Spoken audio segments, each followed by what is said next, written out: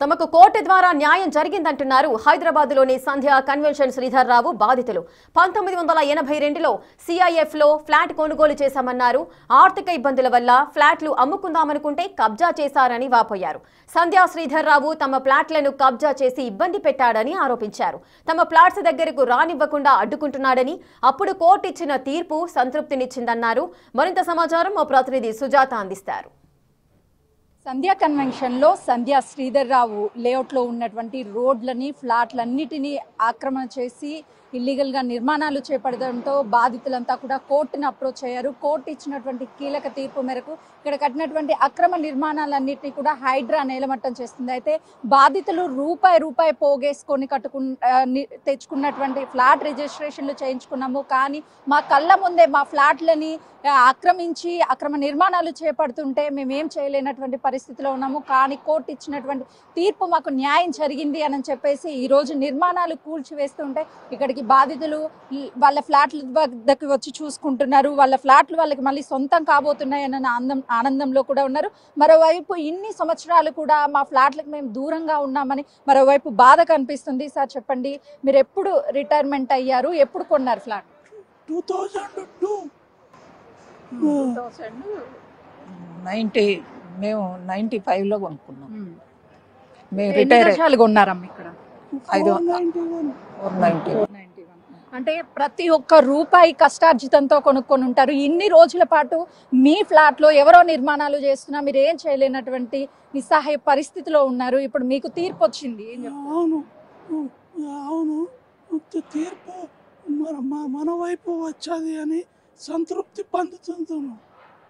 చెప్పండమ్మా, వాస్తవానికి ఇల్లు కట్టుకోవాలి అనేది ప్రతి ఒక్కరి కళ. పిల్లల కోసం కొనుగోలు చేస్తూ ఉంటారు. ఎవరో వచ్చి కబ్జా చేశారు. అదే ఎవరో వచ్చి కబ్జా చేశారు. ఇప్పుడు మాది కావాలి, అది మాకు కావాలి.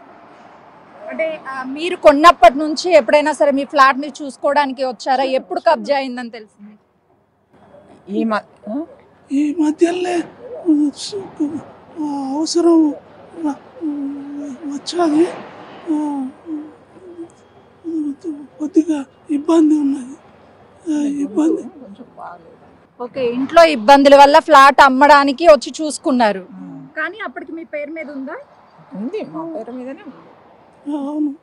ఇప్పుడు నిర్మాణం చేస్తున్నారా? అందులో నిర్మాణం చేయట్లేదు, బౌండరీస్ ఫిక్స్ అయినాక చేస్తాం. ఎవరు కబ్జా చేశారు మీ ఫ్లాట్ ని?